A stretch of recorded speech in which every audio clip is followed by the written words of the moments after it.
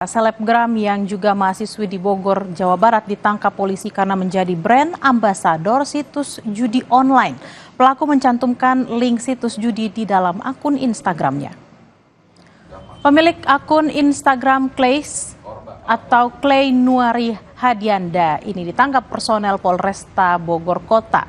Mahasiswa dengan 17.000 pengikut di Instagram ini menjadi brand ambasador sebuah situs judi dengan bertugas melakukan promosi. Dia dijanjikan ditransfer sebesar 5 juta rupiah dalam beberapa kali posting, namun baru 3 juta rupiah yang ditransfer. Sebagai barang bukti kejahatan, penyidik menyita bukti chat dan transfer uang sebesar 3 juta rupiah.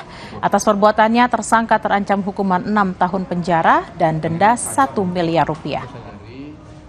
Perjudian online tersebut. Nah, ini akan terus kita lakukan monitoring. Si tersangka memposting sehari 2 kali situs judi online Indo Sultan 88, brand ambassador-nya ini dari tersangka. Siap. Oke, ya. Udah berapa kali transaksi, Pak, sejauh ini, Pak? 1 kali transaksi, ya, menurut pengakuan dari si tersangka dari awal bulan Juni ini hingga tanggal 25. Yang dijanjikan 5.500.000, sudah ditransfer 3 juta rupiah.